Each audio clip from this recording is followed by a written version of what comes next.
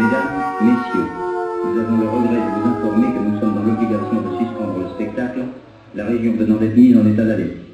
Veuillez donc gagner sans hâte les abris qui vous ont été indiqués. Notre personnel vous guidera. Vous avez tout le temps nécessaire.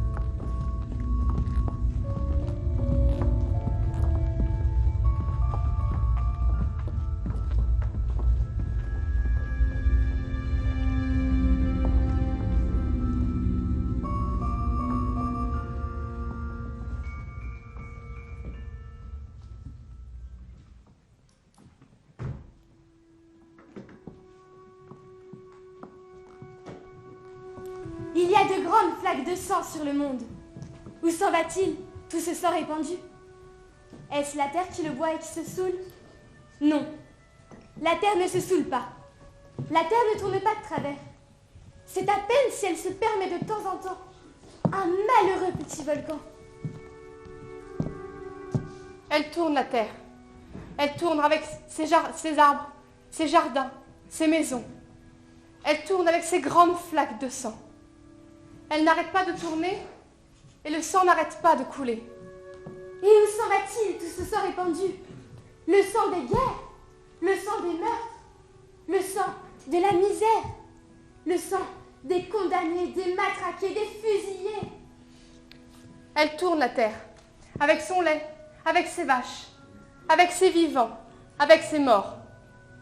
La terre qui tourne avec ses arbres, ses maisons, ses vivants. La terre qui tourne avec les mariages, les enterrements, les coquillages, les régiments. La terre qui tourne et qui tourne, avec ses grands ruisseaux de sang.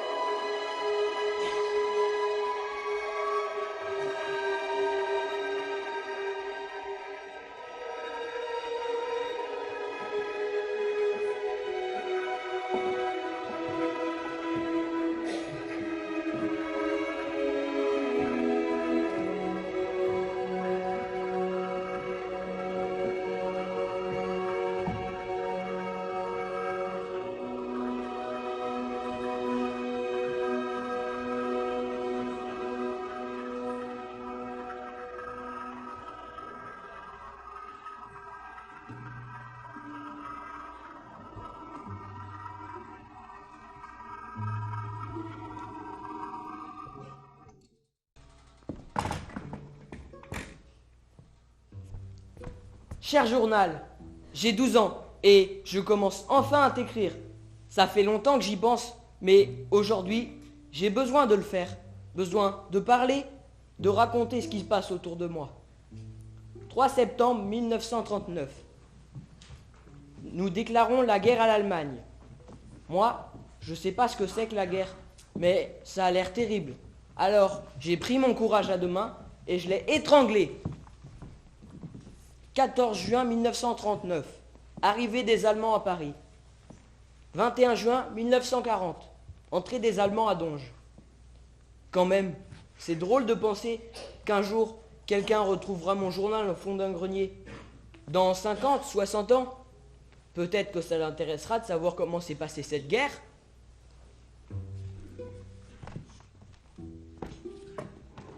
La première fois que j'ai vu un Allemand, j'ai eu une peur bleue. J'étais tout seul sur la place, lorsque je l'ai vu s'arrêter au passage des niveaux en sidecar. Il m'a demandé où se trouvait le SGHP. Je lui ai indiqué et il me remercia. Je me souviens des premiers Allemands arrivés à Donge qui fréquentaient le café et achetaient des cigarettes. Nous étions très impressionnés et peu méfiants. Nous étions jeunes et puis la guerre ne nous faisait pas vraiment peur. Ben nous, la guerre, on la craignait. Papa et maman nous en avaient tellement parlé, tellement dit qu'ils étaient méchants. Nous avions pris une grande décision. Nous les appellerions les Boches, parce que ça faisait sauvage. Il y avait deux sortes d'Allemands. Les anciens, qui avaient déjà fait la guerre de 14-18, qui étaient blasés. Ils espéraient plutôt rentrer chez eux. Et puis, il y avait les jeunes. Eux, ils voulaient monter en grade et se faire remarquer. Mais surtout, ce qu'ils craignaient, c'est qu'en cas de bêtise, ils soient envoyés sur le front russe. Et ça, c'était leur hantise. Quand l'Allemagne déclara la guerre et envahit Donge, tous les commerces furent dévalisés. Même la salle de cinéma fut prise pour loger les Allemands. Le terrain de foot pour construire des blocos. L'école pour les pompiers allemands. Ma mère m'avait dit « Ramène les vaches bien vite, les Allemands arrivent ». Quand j'ai vu leurs uniformes, ça m'a donné mal au cœur. Quand les Allemands sont arrivés, j'étais pas bien grand. Quand ils sont partis, j'étais un homme.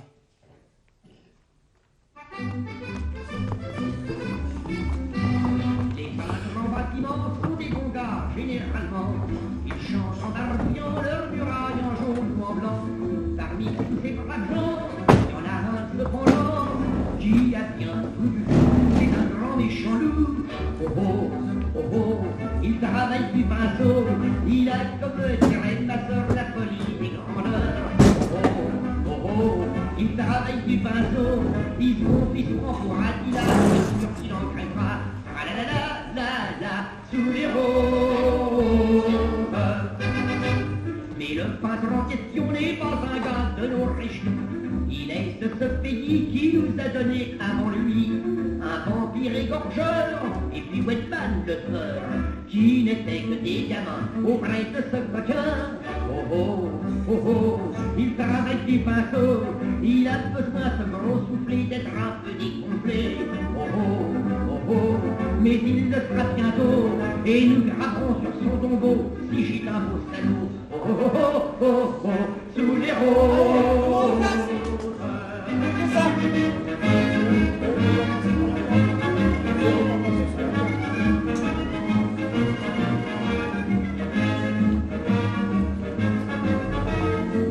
Asseyez-vous s'il vous plaît. Sous les roses.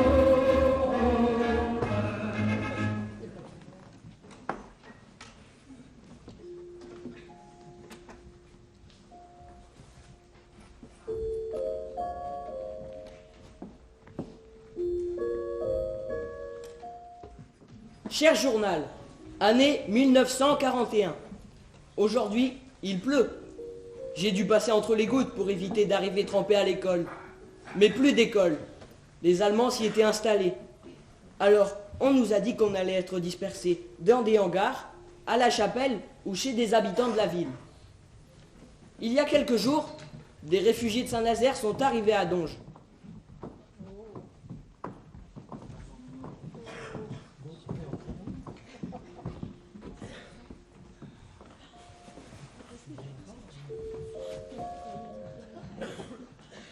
Leurs enfants nous ont rejoints à l'école. Désormais, nous sommes plus nombreux, environ 50 par classe. Mais le manque d'espace ne nous empêche pas de nous amuser. En plus, on nous distribue des bonbons et des gâteaux vitaminés.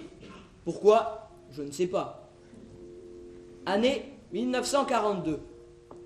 L'Amérique déclare la guerre à l'Allemagne.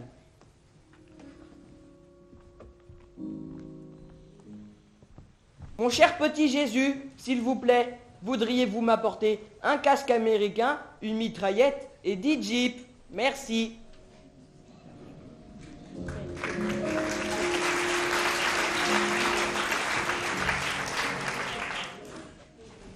Pour ne pas nous faire courir trop de risques, nous étions retenus le moins de temps possible à l'école. Juste le temps de réciter nos leçons et corriger nos devoirs. Nous étions très rapidement renvoyés chez nous. Nous avions été à l'école à l'hospice de Donge chez les bonnes sœurs. Il y avait les filles le matin et les garçons l'après-midi. Mais au début, nous étions dans une petite maison, juste à côté de la raffinerie. Parfois, les sirènes se mettaient à hurler, et certains enfants avaient très peur. Moi, j'étais à l'école au château de Martigné. Un jour, après la récréation, il manquait Henri Leroux. Tout le monde ricanait parce qu'on le voyait dans un arbre en face de la fenêtre. Oh là, Claude! Il y était monté pour dénicher un nid, sauf qu'il n'avait pas eu le temps de redescendre avant la fin de la récréation. À la récré, nous enlevions les dorifores dans les patates. En récompense, les bonnes sœurs nous offraient un verre d'orangeade lorsque nous les ramenions dans des boîtes. Mais nous, on se repassait les boîtes, et les sœurs n'y voyaient que du feu. Mon instituteur s'appelait Monsieur Lozakmeuf, Appelé chapeau mou et cravate rouge. Nous étions à la Sancy, dans une vieille grange. Un soir, après l'école, l'idée nous est venue d'aller nous baigner dans la carrière, sans se soucier de nos parents. Mais l'instituteur n'a pas tardé à nous retrouver et à confisquer nos vêtements. Il a bien fallu passer chez lui, légèrement dévêtus, pour les récupérer. C'était un poil! Oui! C'était un poil! Silence! Et les Pierrots, levez-vous!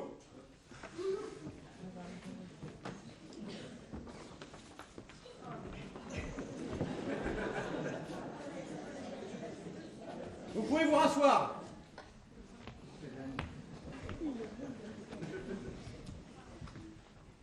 Chapeau mou écrivait à la plume sergent-major. Tu te souviens lorsqu'il a voulu mettre une raclée à Claude et que Claude s'est protégé le visage pour éviter la claque? Oui, même que Chapeau mou s'est enfoncé la plume sergent-major dans le doigt.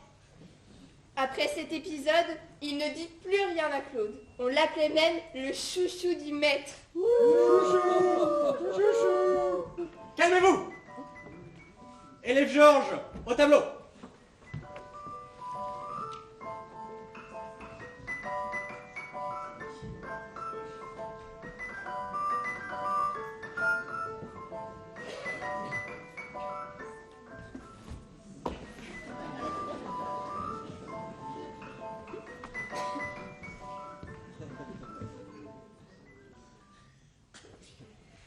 Après les bombardements, bien sûr, il y avait la moitié des écoles qui avaient été bombardées. Alors moi, comme j'étais habitué à rester à aller à l'école que quelques minutes par-ci par-là, n'ayant plus de professeur, eh bien, je m'étais figuré que l'école, pour moi, ça fallait tirer un grain chez l'éducation nationale. Manque de peau. Il y a des gens intelligents qui ont eu l'idée de construire une nouvelle école en bois. À la Croix des Marins, là-bas en bas, là. À côté du bourg en bois qu'il appelait. Il était genre écolo à l'époque. Mais bon, alors je me suis retrouvé à l'école, bien obligé, c'était obligatoire.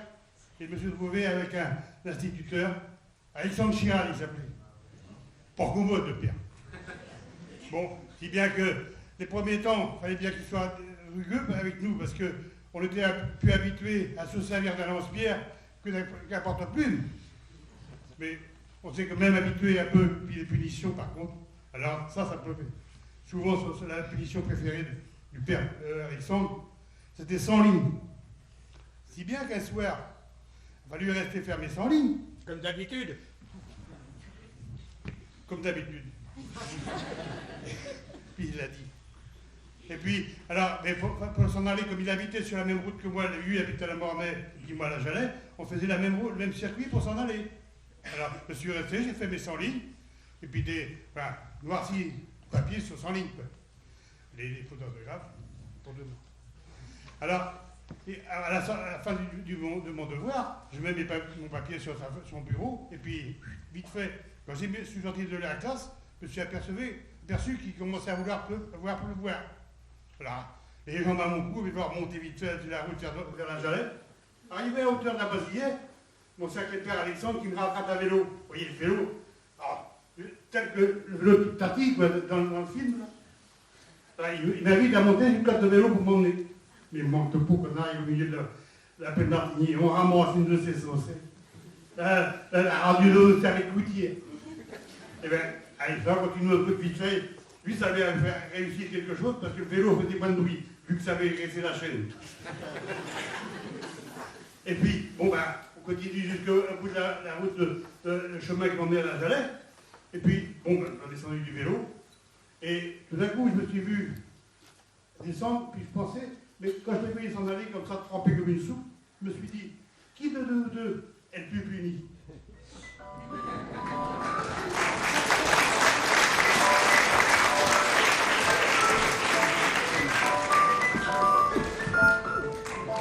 Monsieur Norbert. Merci. Asseyez-vous, s'il vous plaît. Mon institutrice s'appelait Mademoiselle Raymonde. Elle était belle. Elle avait un vélo. J'ai voulu monter dessus, mais elle n'a jamais voulu. Moi aussi, j'étais avec Mademoiselle Raymonde. Je n'étais pas une fanade de l'école. Je me suis souvent retrouvée punie sous l'escalier. Nous allions à l'école à pied, 4 km le matin. Et 4 km le soir. Souvent en galoche ou en sabot. Et puis, souvent en se prenant une sabotée. Une sabotée? Oui, on disait cela à l'époque. C'est quand l'eau passait par-dessus nos sabots. Après la classe, l'hiver, en hiver, après la classe, avec les copains, on faisait des concours de glissade sur les margelés, avec les galoches. On allait loin avec ces trucs-là. C'est beau, hein? Le soir, en rentrant de l'école, les gars se séparaient à la croix de l'Arrière. Certains allaient vers la campagne, et d'autres, ils allaient vers le centre. Allez, vers la donge! Silence! Alors, les burgadonges, eh ben, ils se séparaient à la campagne, et puis d'autres, ils allaient vers le centre, alors. Et puis là, c'était souvent la castagne, hein.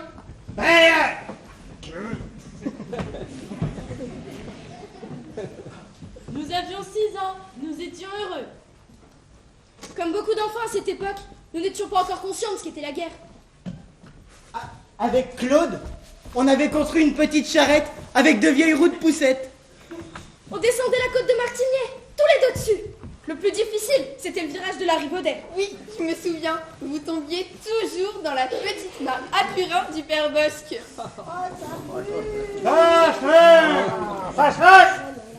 Et dans le bas de Lillette, il y avait une mitrailleuse. Et là, on avait le droit de jouer. Avec cousin Claude, on s'asseyait sur le siège et on s'amusait à faire semblant de tirer sur les avions. Et les jeunes Allemands nous prêtaient même leurs pistolets, mais sans cartouche.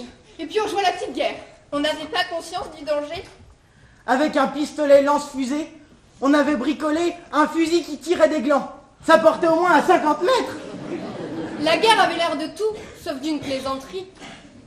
Je me souviens, les sous-marins allemands, quand ils rentraient à leur base, on allait les voir en cachette. Et sur le kiosque, il y avait de dessiner un taureau, mais un taureau en furie. Hein. Et pourquoi il y avait des sous-marins à Saint-Nazaire? Parce qu'il y avait la raffinerie à Donge. Bah oui, ça marchait pas au beurre fondu, hein. Fallait du gazoil. Oh, du beurre fondu, t'en as vu la couleur, toi, pendant ce temps-là?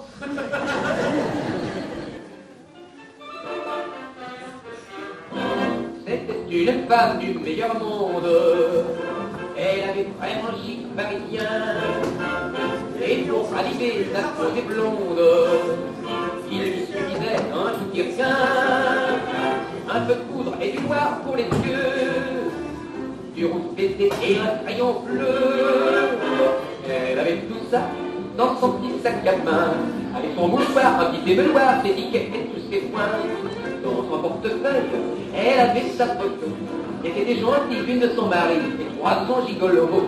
La semaine dernière, gare Saint-Lazare, en débarquant par le train de banlieue, elle pense à l'endroit sans crier gare, fixant l'employé droit dans les yeux. Mais une fois chez elle, oh mes enfants, j'ai bien senti comme ravitaillement. Elle avait tout ça dans son petit sac à main, mais le brave employé n'avait pas fouillé cet accessoire féminin. Il ne doutait pas qu'elle avait dans un coin 2 kilos de jambon, 4 saucissons et 10 mètres de boudin. Et dans une petite pochette, au lieu d'un parfum troublant, elle avait mis en cachette un demi-camembert bien coulant. Elle avait aussi une douzaine d'œufs, mais comme ils étaient peut-être un peu vieux, elle retrouva assez curieux, à la place des œufs, une douzaine de poussins. Elle avait tout ça dans son petit sac à main.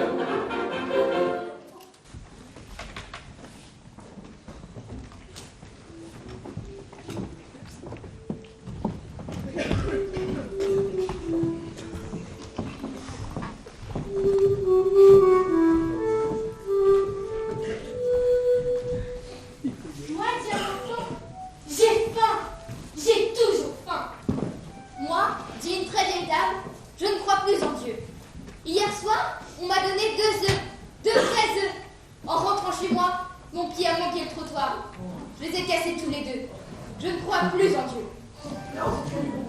Moi, dit un juif, je suis juif. Moi, dit une vieille dame, voilà plus de 2 semaines que je n'ai plus de mou pour mon chat. Il s'appelle Kiki. Moi, dit un homme, sans Dieu de nom de Dieu de bon Dieu, on nous donne du vin, j'en peux plus. Si t'étais moins saut, t'aurais peut-être bien un copain qui te paierait un verre de rouget. Ou le noir.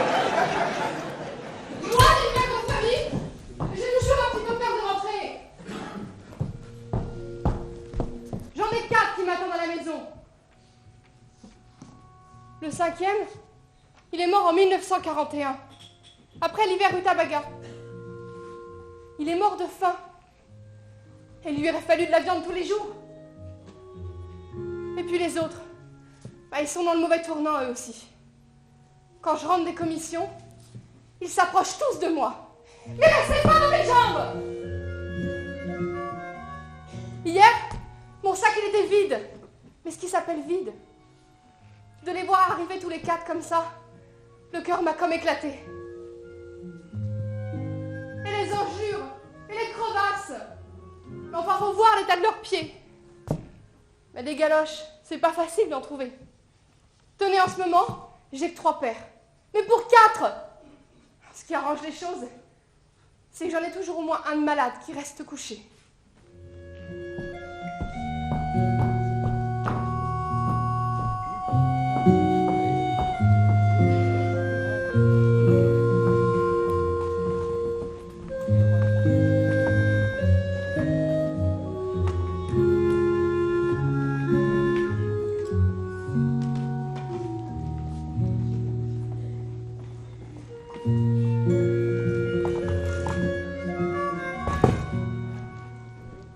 Cher journal, j'essaie de jour en jour de me persuader que le rutabaga et la margarine sont des choses délicieuses. On manque de tout. On touche des tickets de rationnement. Il y en a des différents. On a le droit qu'à 27 grammes de pain et 90 grammes de viande par semaine. J'aimerais bien que la fin du monde arrive avant midi, cher journal. Je viens de perdre toutes nos cartes de pain et ma mère ne le sait pas encore.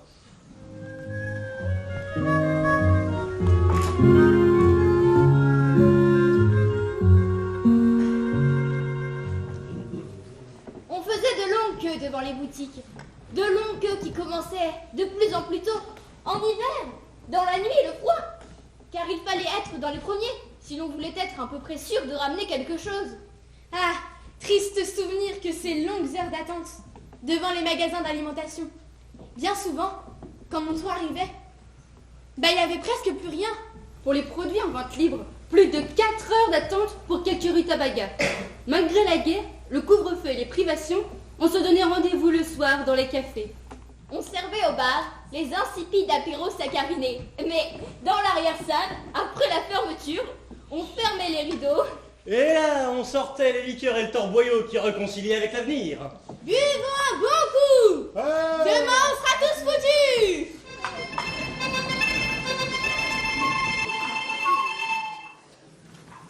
L'art d'accommoder les restrictions. Bon appétit, monsieur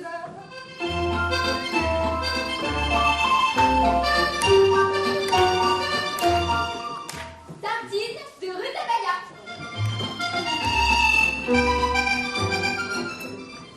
Patate à cochon accompagnée de son verre d'eau.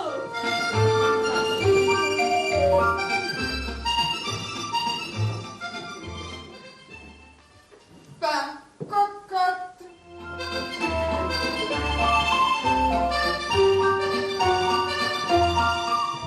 Mocha au biscotte.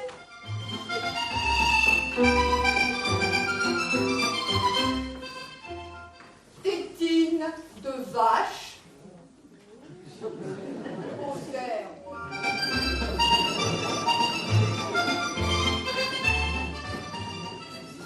Ragoût de mouton désossé, sans mouton.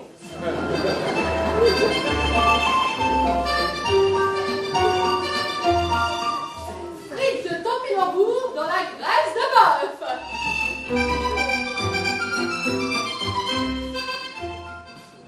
Et pour terminer, mayonnaise sans huile. Sans œufs.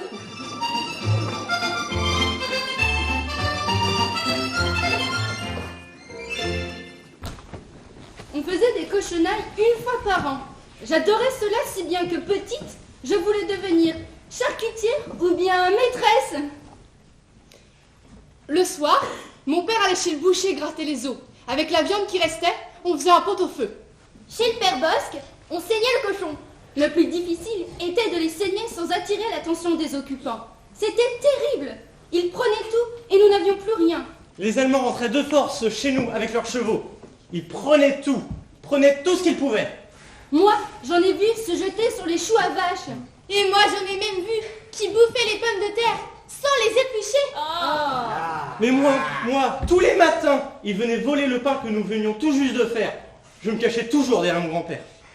Et ben moi, j'ai même vu des fermiers rentrer les poules dans leur chambre à coucher. Nous, on cachait notre poule dans une caisse avec un couvercle.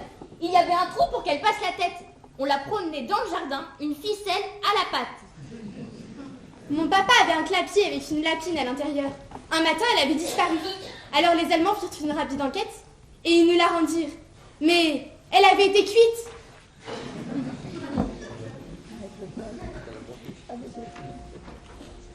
Hélène Bernard, levez-vous. Non, asseyez-vous. Vous n'avez pas fait vos leçons.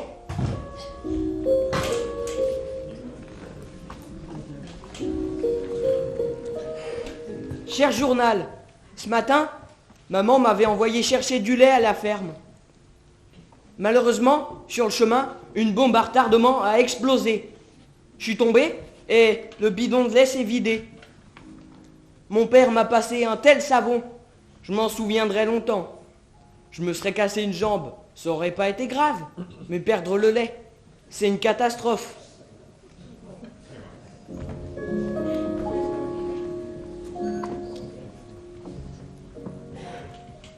C'était la dure époque des restrictions. Mais heureusement, nos parents redoublaient d'inventivité pour adoucir notre quotidien. Le sucre de betterave pour le miel et la graisse de porc ou le suif pour le savon. Une fois, nous avions pu nous procurer de la vieille huile qui avait servi dans une usine de conserve de poissons. Ça pue! Un vrai désastre. On empestait. Et le café, vous vous souvenez? On le fabriquait avec des glands grillés. Du vrai comme dans Voyot. Ça n'avait absolument pas de goût de café. Du lit de chaussettes. Bon, on faisait avec ce qu'il y avait. C'était la débrouille. Hélène Bernard, levez-vous.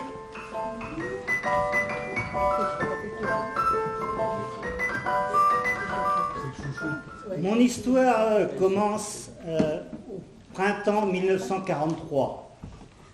Un soir, mon père m'a emmené avec lui au blocos de la quarantaine qui était en construction pour récupérer quelques planches qui nous servaient à confectionner forcément un clapet supplémentaire. Car cette viande-là était une viande à pas chère et nous arrangeait bien dans cette période. Mais voilà, l'Allemand qui était de faction en haut du Grand Moulin a aperçu notre manège. Et dès le lendemain matin, on a vu arriver les Fechtwebel, les gendarmes allemands. Nous, on les appelait les colliers de chiens, parce qu'ils avaient quelque chose autour du cou avec une plaque devant. Bon, ils ont fouillé, forcément, et ils ont trouvé ce qu'ils cherchaient, quoi. Et en plus, c'est qu'ils ont fait tout le village comme ça à fouiller, et tous les hommes dont le père à Jojo, mon copain, a été pris dans le tort, et le lendemain, ils ont tous emmenés à Nantes pour être jugés, et finir à Troyes emprisonnés. Et la raison de mon histoire, c'est que pendant sa captivité, mon père m'a sculpté un cœur dans une planche en bois, un cœur avec d'un côté, je me souviens, un brin de muguet avec quelques clochettes, et de l'autre côté, il avait ciselé mon prénom. Et ça a été pour moi le premier cadeau que je me rappelle, quoi. Mais un cadeau pour moi tout seul, quelque chose de neuf. J'étais vraiment heureux. Hélas, avec les aléas de la vie, je l'ai perdu, égaré, enfin, je ne l'ai plus.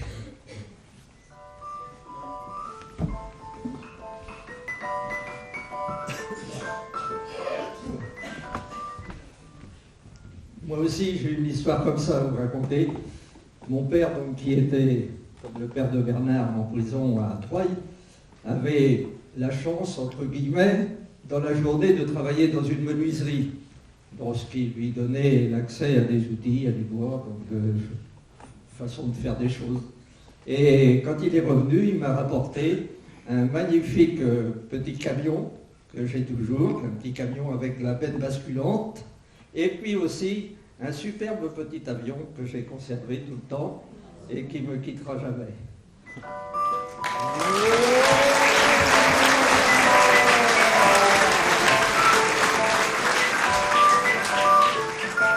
Merci, vous pouvez vous rasseoir. Le pain était rationné selon l'âge. Il était lourd, noir et collant. Quelle joie quand l'occasion se présentait d'avoir du pain blanc. Nous le mangions comme un gâteau. Quelquefois, nous faisions du pain blanc dans le four de Raymond. La veille, ma mère faisait lever la pâte dans un lit bien chaud. C'était un régal à côté du pain noir habituel. Le beurre aussi, c'était une denrée rare. Si bien qu'après une naissance, nous avions fêté l'événement avec des amis, en leur offrant un goûter de pain et de beurre pour les empocher. C'était un festin de roi. On mangeait du pain sec. Ma mère disait, après la guerre, tu mettras du beurre dessus et puis dessous.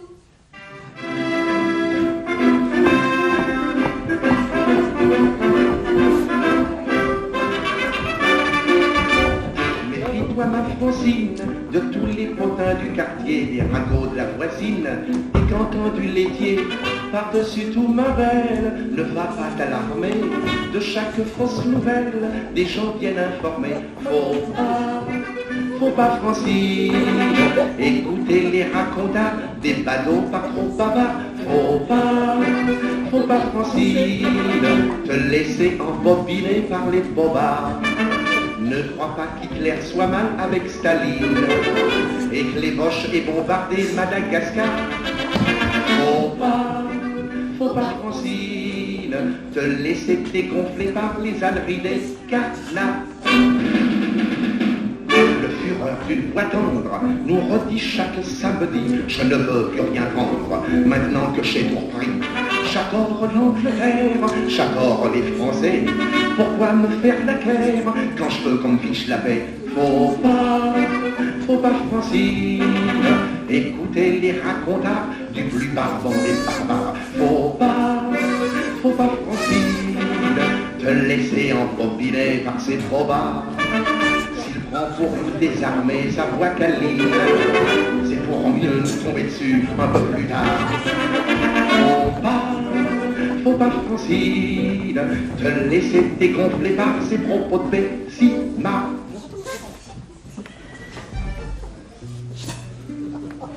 Touché.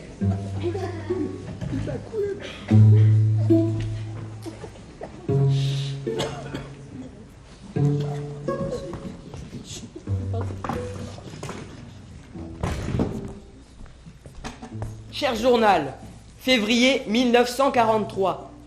De nombreux bombardements à Lorient et à Brest. On a reçu une lettre de ma tante. Elle nous dit qu'à Brest, il n'y a ni pain, ni beurre, ni café, ni tissu, presque rien enfin. Par-dessus le marché, elle a très peur des bombardements. Des gens qui habitent près d'elle ont été tués. Il paraît qu'à Brest, en bombardant, les Anglais tuent des quantités de civils. C'est terrible, mais les sauveurs ont tous les droits.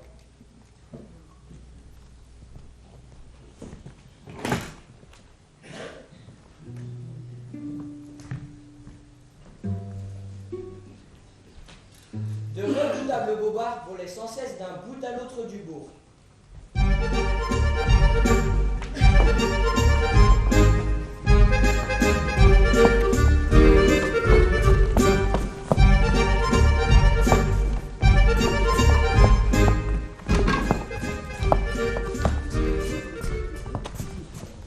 Le bobard est un mammifère semblable à la chauve-souris. Il survole la ville entière en faisant chaque jour 100 petits.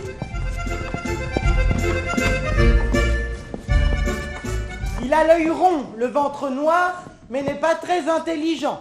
Il entre partout, veut tout voir et répète ce qu'il entend.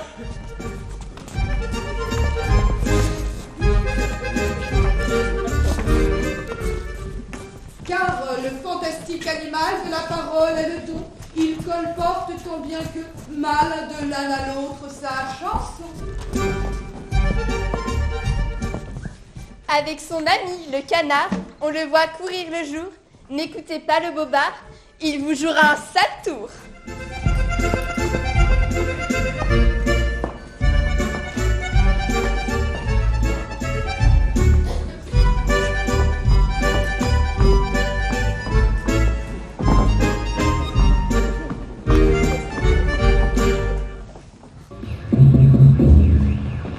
Ici Londres. Radio Paris, Radio Paris, Radio Paris est allemand. Radio Paris, Radio Paris, Radio Paris est allemand.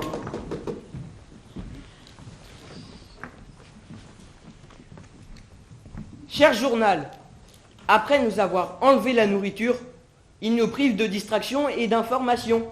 Ils ont réquisitionné les postes de radio. Heureusement, avec les voisins, on s'est organisé et on a pu en conserver quelques-uns. C'est pas toujours facile d'écouter la radio avec les dénonciations et les coupures de courant. Alors, maman a ressorti son vieux poste à galène. Ici Londres. Veuillez écouter tout d'abord quelques messages personnels. Gabriel garde l'anonyme. Le manchot l'affaire dans ses bras. Nous disons le manchot l'affaire dans ses bras 2 fois. Le fantôme n'est pas bavard. Les bombardements sont massifs. L'abbé est nerveux. Nous disons l'abbé est nerveux. Nous avons confectionné un haut-parleur d'un type nouveau, avec une soupière. Comme ça, l'audition pouvait se faire à plusieurs. Nous, on se servait des tuyauteries et des gouttières de la maison en guise d'antenne. Dans le chemin qui longeait la maison du père Francis, il y avait un poulailler. Et là, il y rangeait sa radio. Si bien qu'un jour, un Allemand passa et il lui dit « Radio !»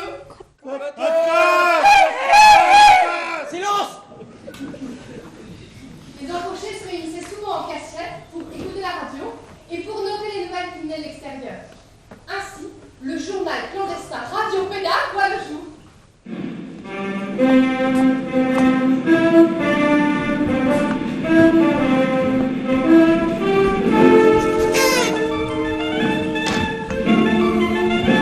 Retour de la bicyclette.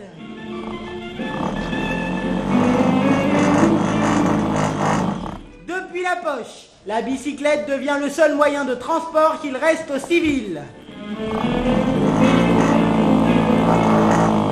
Or, il est nécessaire de se déplacer énormément pour trouver du ravitaillement. Il n'est pas rare de pédaler près de 50 km et de revenir bredouille. Pour tous ceux qui travaillent, la petite reine devient un outil indispensable. Elle devient donc un objet précieux très convoité par les civils et les militaires allemands.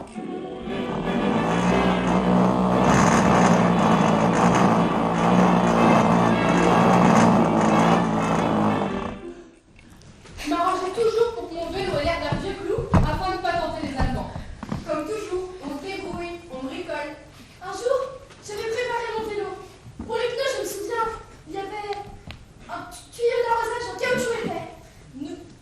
Pour remplacer les chambres à air, on bourre l'enveloppe à l'aide de chiffons ou de bouchons. Et la lumière à jour, tu te souviens? Oui, c'est Marcel qui avait trouvé le moyen d'éclairer toute la maison. Il avait fabriqué avec un copain une éolienne avec une vieille traverse de chemin de fer. Et lorsqu'il n'y avait pas de vent, il pédalait sur un vélo qu'il avait modifié. Et les Allemands, qui eux non plus n'avaient pas d'électricité, venaient recharger leur batterie. Et vous savez quoi? Marcel les faisait pédaler. Comme on ne trouve plus de carburant, j'ai vendu ma bagnole 300 francs. Et blanc, je me suis payé un vélo hors concours qui part le matin au quart de tour. D'amour, j'ai diminué de 100% mes frais. Je n'use que de l'essence de jarret, c'est vrai. Mais j'en ai vu d'autres et des types de choix pédaler devant moi. Je suis parti l'autre jour de plus tôt en vélo. gros. En vélo, je suis arrivé en 3 semaines à Saint-Lô. En vélo, avec le frais et 2 surons l'on bas du dos. En vélo.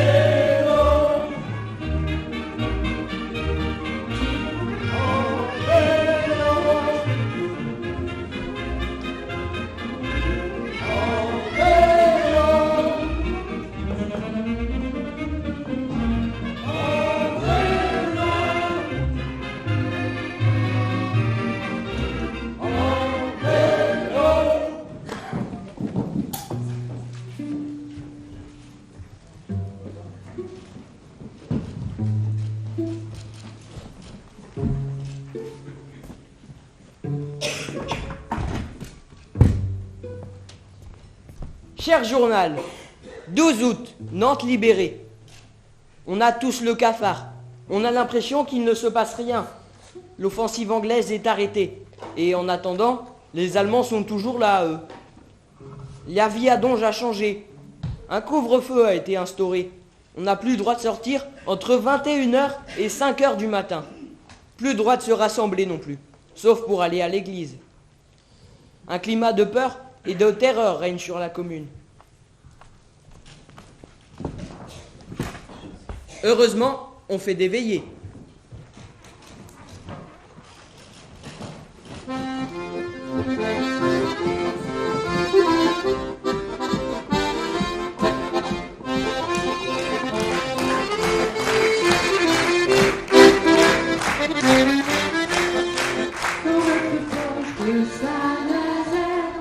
Nous ne voulons pas qu'on nous empêche. Pour conserver notre bonne humeur, nous allons chanter tous en chœur. Blaguer et vivre ensemble les filles, c'est le moyen de nous détendre, tralala. Blaguer et vivre ensemble les filles, c'est le moyen de nous détendre et passer de bons moments. Nous n'avons parfois plus de pain, mais les patates le remplacent bien. Plus de bon café bien sucré, un petit peu de lait va remplacer. Blaguer et vivre ensemble les filles, c'est le moyen de nous détendre, tralala. Blaguer et vivre ensemble les filles, c'est le moyen de nous détendre et passer de bons moments. Nous voyons tout en vert, c'est sûr. Voyons en rose, ce sera loin dur. Et quand enfin la poche crèvera, la grande famille on retrouvera. Blaguer et rire ensemble les filles, c'est le moyen de nous détendre, tralala. Blaguer et rire ensemble les filles, c'est le moyen de nous détendre et passer de bons moments. Et vivre ensemble les filles, c'est le moyen de nous détendre, tralala.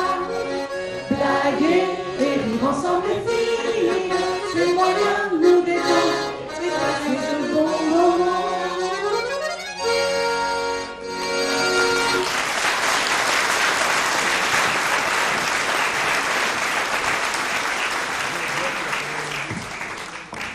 Lorsque j'étais enceinte, mon mari avait obtenu un laissez-passer de vie.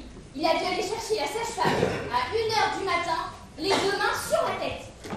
À part les kermesses des écoles et celles organisées pour les soldats prisonniers, les loisirs étaient plutôt rares. Bien sûr, il y avait quelques balles par-ci par-là, mais... On organisait des veillées chez les uns et les autres. Les femmes tricotaient, on faisait des jeux et puis il y avait des chants. On s'éclairait avec des lampes à pétrole. Bon, quand il y en avait. On éteignait vite dès qu'on entendait un Allemand ou un char ou un avion passer pour ne pas se faire repérer par les Allemands. On parlait un peu de tout, mais surtout de la guerre. Mes parents parlaient de mes oncles, prisonniers, dont on n'avait aucune nouvelle. On savait juste qu'il y en avait un dans une ferme et l'autre dans une usine d'armement, en Allemagne. Je me souviens des 2 fils du charcutier. Ils ont revenu d'une veillée et ils se sont fait poursuivre par une patrouille. Quand les Allemands les ont retrouvés, en enfonçant leur porte à coups de hache, ils furent emmenés à la caserne. Sûrement pour cirer les bottes des soldats, hein. Ils en ressortirent quelques jours plus tard, mais adieu les veillées dans le bourg. Le bruit des bottes des soldats résonnait à chaque passage de la patrouille, et la DCA aboyait à chaque fois que passaient des avions.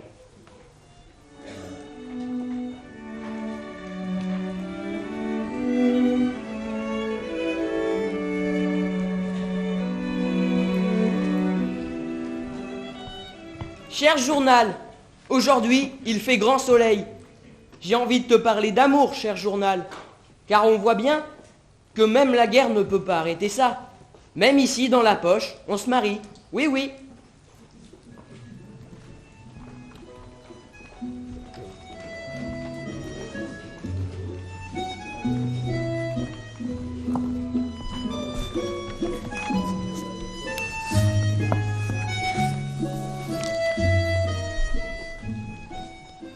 Mademoiselle Lily de mon cœur, sur tes lèvres bien-aimées, je dépose mes plus doux et amoureux baisers.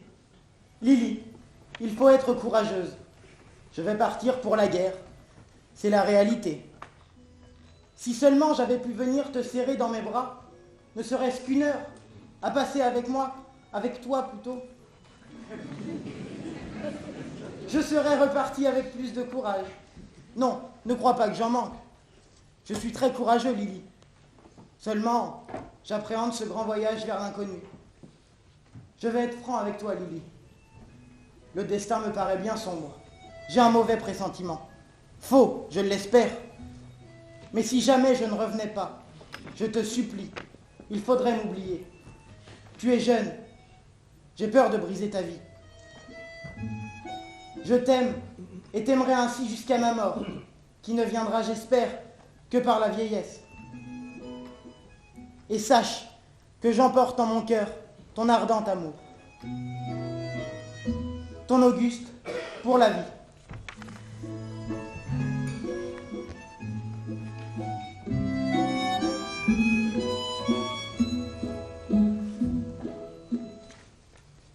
Élève Pierrot, c'est à vous, au tableau.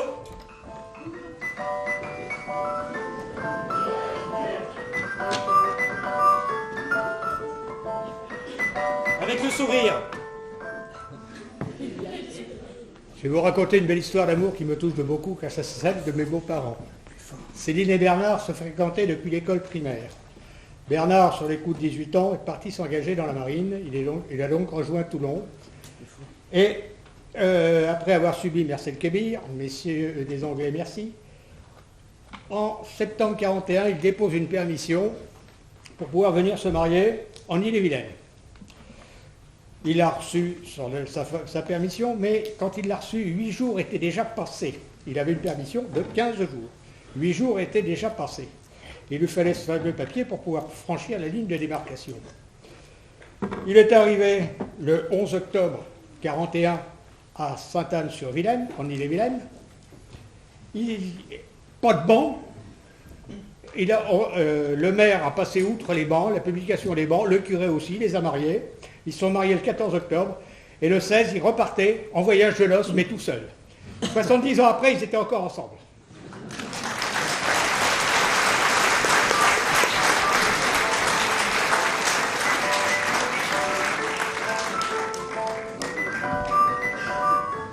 Merci.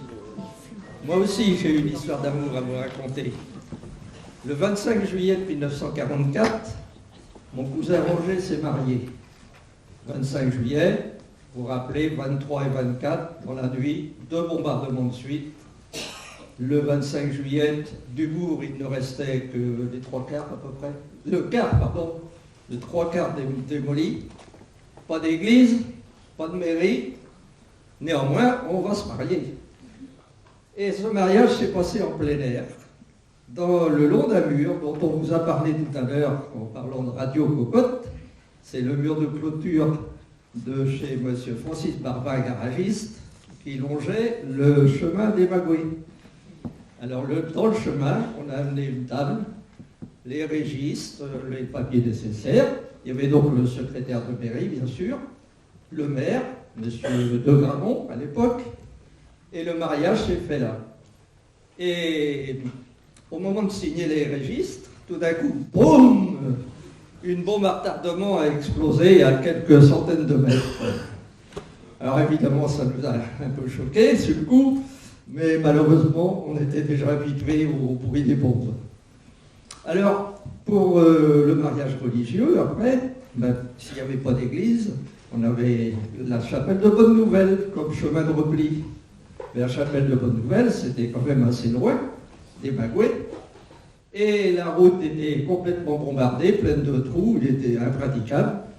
Si bien que c'est notre voisin, le père Eugène Couvrant, dans sa voiture à cheval, qui nous a emmenés à Bonne-Nouvelle, en passant par la Sancy, Sèvres, Bacra, La Roulette, et on est arrivé à la Chapelle.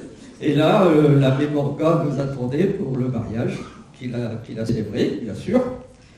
Ça s'est bien passé là, mais il fallait revenir à la quarantaine, c'est-à-dire chez nous. Eh bien, on a fait le chemin inverse, avec la même charrette et le même cocher. Et on est passé donc par Sèvres, Macra, comme je vous ai expliqué, et arrivé à la quarantaine. Là avait lieu le repas de noces. Un repas, vous savez, on n'était pas très nombreux, on était peut-être une douzaine. La famille de la mariée était du Mans, donc n'avait pas pu venir, bien sûr, au mariage. Enfin, au repas, je me souviens qu'on a mangé du poulet. C'était déjà un menu de choix. Et arrivé au dessert, encore une surprise, boum, encore une bombe qui explose. À quelques centaines de mètres, dans le pré à Eugène Couvrant. Alors vous voyez que ça a été un mariage explosif. Mais un mariage qui a bien tenu, avec 3 enfants et de longues années ensemble.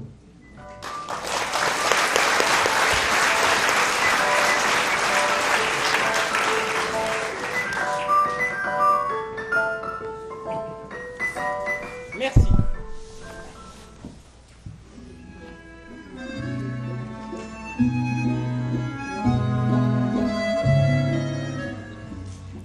Mon bien-aimé, je suis forte et anéantie. Ce serait trop facile. Alors on cesserait de s'aimer par un caprice du ciel et on renverrait l'amour au néant. Chaque jour et chaque nuit, je crains que l'on ne vienne m'annoncer ta mort. Mais le sais-tu seulement? Je préfère prendre cette lettre comme un moment de désarroi.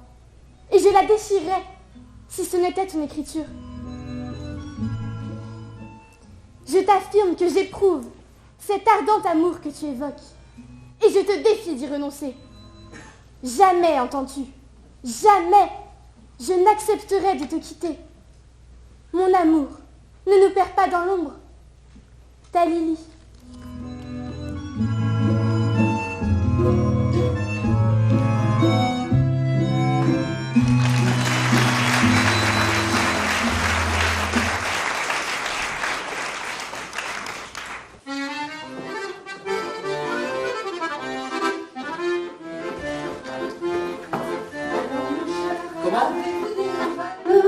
Question posée journellement sur cette femme que l'on appelle depuis jour du débarquement.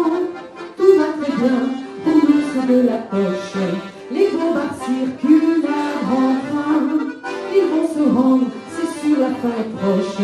Mais nous ne croyons plus ce refrain. Car le temps passe et rien ne change. On ne pense plus qu'à ce qui se mange. Ça, pour nous c'est de la poche. Tout va très bien, tout va très bien. Alors mon cher, savez-vous la nouvelle? On rafle aujourd'hui les vélos. Prenez un clou, rentrez la belle, camouflez là sous les fagots. Tout va très bien, pour nous c'est de la poche. On sait plus comment se faire friser. On chauffe des pinces, on feu sur une broche. Soleil et vent doivent nous sécher. Ce qui attrape une bronchite, faute de soin doit prendre une cuite. Mais à part ça, pour nous c'est de la poche. Tout va très bien, tout va très bien. Tout va très bien, tout va très bien. Tout va très bien, tout va très bien.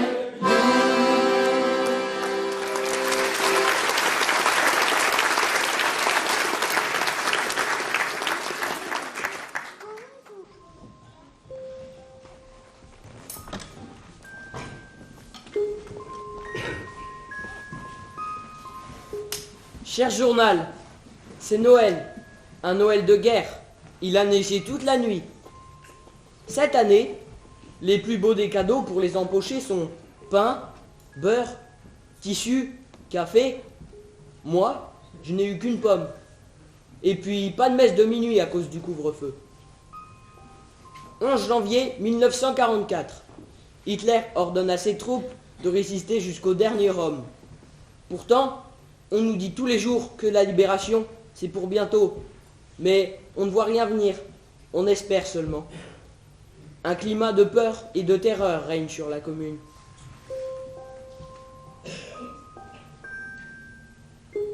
Je me souviens d'une femme de cordonnier qui était abattue, seulement pour avoir refusé de donner sa bicyclette. Enfant, j'étais partagée entre deux angoisses. Celle de l'arrestation de mon frère, Charles, réfractaire ostéo, et celle de ne pas trahir la terrible consigne de ma mère et de mon oncle. Quitte à te faire couper la langue, il ne faut jamais dire où se trouve ton frère. Mon frère ne sortait que la nuit pour le ravitaillement. Puis les policiers français et allemands le cherchaient modérément, mais j'évitais soigneusement de les croiser. Aujourd'hui encore, en y repensant, ma langue se crispe dans ma bouche. Tout le monde était menacé, même les enfants. Ma copine Marcel a été embarquée de nuit à la Kommandantur. Pour rien. D'autres copains qui avaient crevé les pneus des camions allemands ont été emmenés eux aussi. On ne savait pas ce qu'il s'y passait. Tout ça pour des bêtises de gamins. J'avais un ami, il était terrifié dès qu'il voyait un Allemand. Il courait se cacher et il ne pouvait plus sortir de chez lui. Pour empêcher les avions de s'approcher de la raffinerie, les Allemands avaient installé d'énormes ballons gonflés à l'hydrogène qui étaient montés le soir à la nuit tombée. Nous les appelions les saucisses. Bon, les saucisses, c'est fait. Amusez les enfants. Nous avions une blague à propos des saucisses. As-tu un chien? Pourquoi? Pour manger des saucisses. Élève Thérèse, au tableau.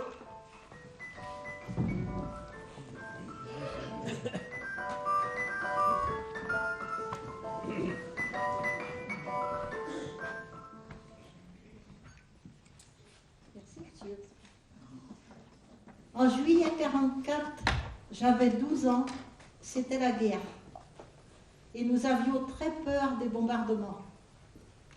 Quelqu'un avait dit à nos parents que si l'on faisait un abri sous le mulon de foin, les bombes glisseraient dessus et on ne risquait rien. Oui, mais dans la nuit, à la place du mulon de foin, il y a eu un gros trou de bombe et plus d'abri, plus de mulons. Tous les poules et les lapins étaient morts. C'était pas beau à voir. Mais pour les poules, c'est ce qui a fait le bonheur de Gugus et Hitler. Deux petits renardeaux que le père Raymond avait apprivoisés.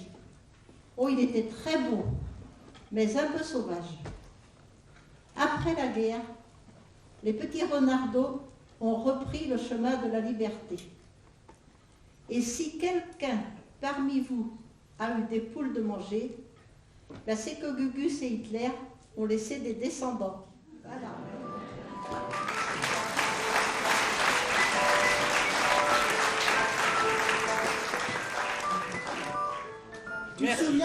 Tu te souviens, Thérèse, auprès de la cabane? Oh que oui. On croyait que les vaches nous préservaient des obus. Alors, quand on entendait les avions arriver, on se cachait en dessous. Oui, c'était moi. Certains avions arrivaient de là-haut. Je n'oublierai jamais le bruit des avions, leur ronronnement, une nuée de corbeaux. C'est un son que je n'oublierai jamais. Avec les copines, on regardait les avions et dans les projecteurs. Il y avait les forteresses, les Canadiens et les mosquitos. Moi, je n'avais pas peur des mosquitos, parce que je savais qu'ils visaient juste. Un soir, alors que les saucisses furent montées, un avion de chasse arriva et à la mitrailleuse les descendit les unes après les autres. C'était un spectacle grandiose. L'explosion provoquait une énorme flamme. À 7 ans, c'était merveilleux.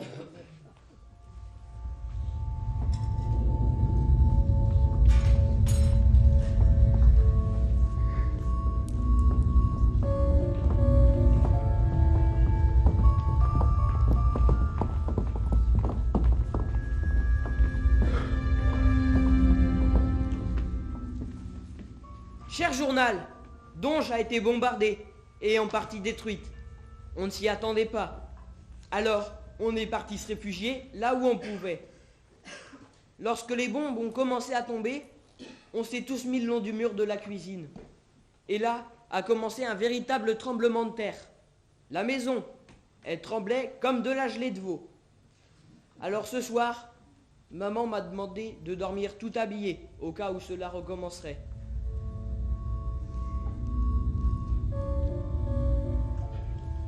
Le premier jour des bombardements, j'étais chez mes grands-parents, à la Belle Étoile. Nous étions cachés sous l'escalier. On entendait des explosions.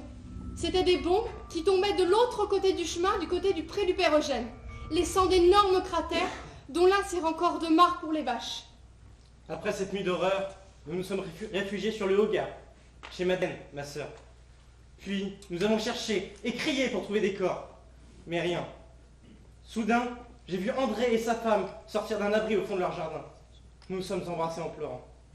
Mon père a vu les bombes tomber sur Donge. Il décida d'aller à la Basillet chez le frère du grand-père, à vélo. Mais il a été obligé de s'arrêter et de laisser son vélo au pont maudit, parce que la route était complètement dévastée par les trous de bombes. Arrivés à la ferme, nous nous sommes rendus compte qu'une bombe était tombée juste à l'emplacement du lit, formant un énorme cratère. Un peu plus loin, des bœufs étaient morts, complètement éventrés. Nous avons cherché pour trouver le corps de René, mais rien. Et ce n'est que le lendemain que nous l'avons retrouvé, dans la vigne du voisin. Élève Janine, c'est à vous.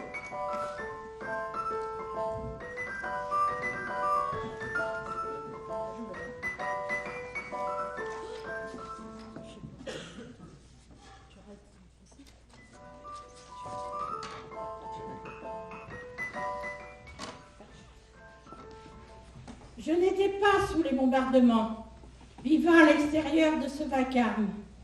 Dans ma campagne arrivaient les réfugiés, laissant tout derrière eux.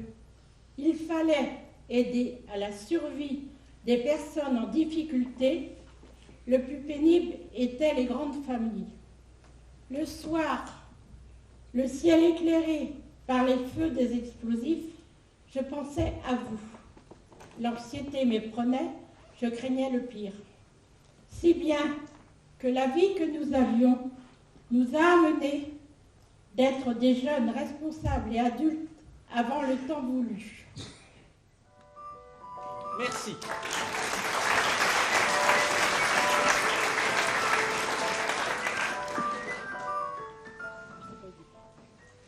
Lorsque nous sommes sortis à la fin des bombardements, on a croisé des gens qui étaient couverts de poussière. Ils nous ont dit « Vous verriez l'état du bourg ? Tout est détruit, on ne reconnaît presque plus rien. C'est l'apocalypse. » La deuxième nuit, il n'y avait plus grand monde à Donge. Mais apparemment encore trop, car il y a eu encore 11 morts cette nuit-là.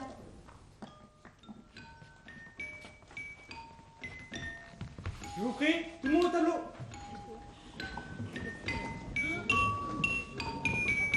Vous allez me réciter votre poème.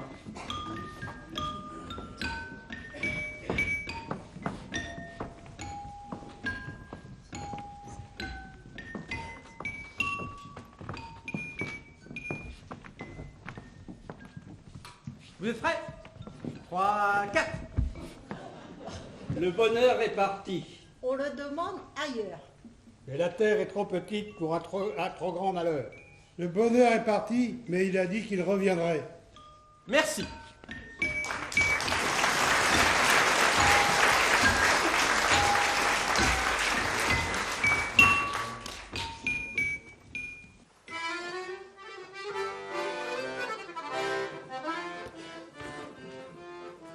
Alors mon cher, une grande nouvelle, les hommes d'hiver nous ont quittés. Depuis longtemps, cette clientèle, ces gens nous ont embêtés. Tout va très bien pour nous serrer la poche. Et nous voilà tous hors de la sacoche.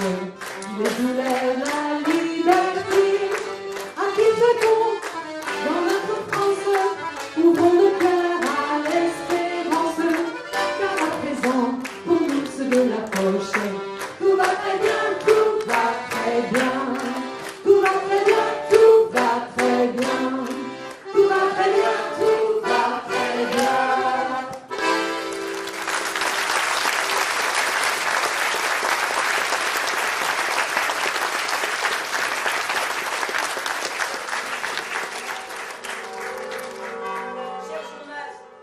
vais te quitter. J'ai une grande nouvelle.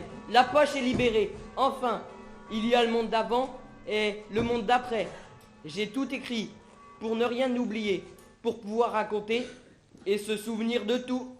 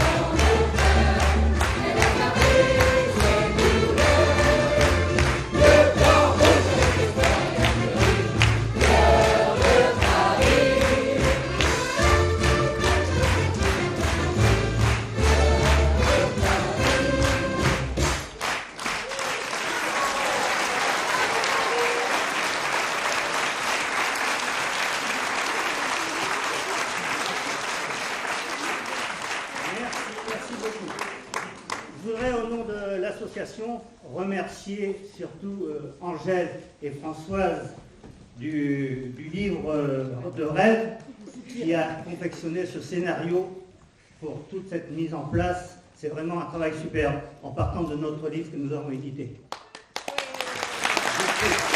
Vous pouvez les applaudir.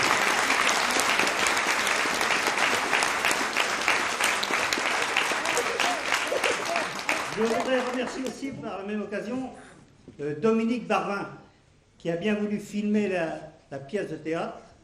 Ça serait intéressant pour nos archives.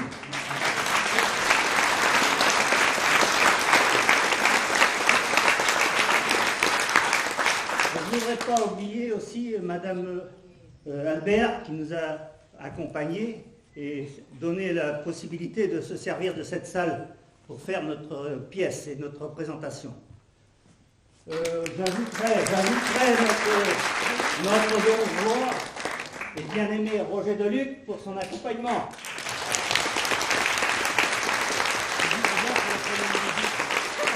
Et bien sûr, je remercie toute la salle pour avoir accompli cet après-midi avec nous. J'espère que vous avez profité de tout et que vous a plu. Merci.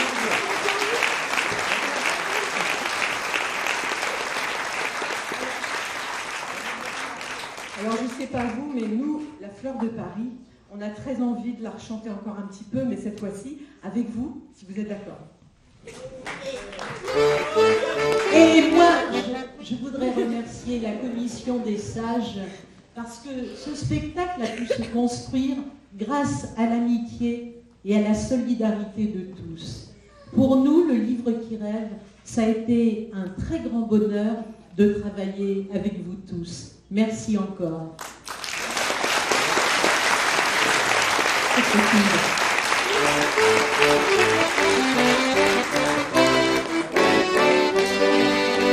Mon avait caché sous son comptoir. Le percepteur la conservait dans son tiroir. La fleur si belle de notre espoir.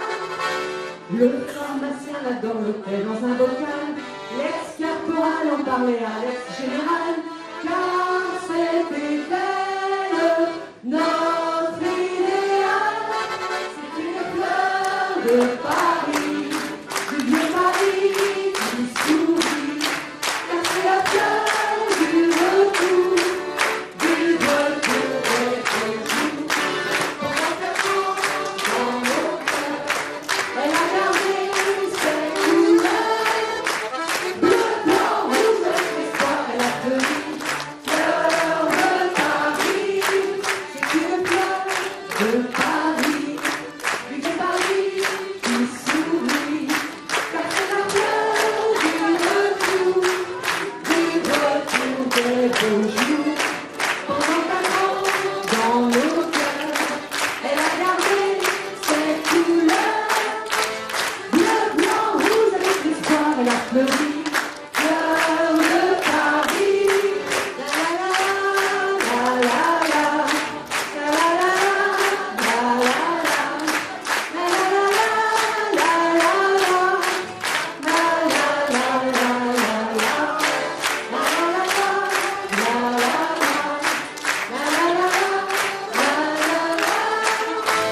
bleu, blanc, rouge, avec l'espoir, elle a fleuri.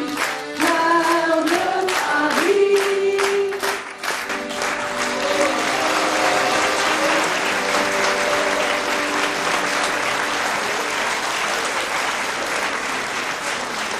Je voudrais qu'on fasse une dernière ovation à tous ces jeunes et ces moins jeunes qui nous ont régalés cet après-midi. Allez-y.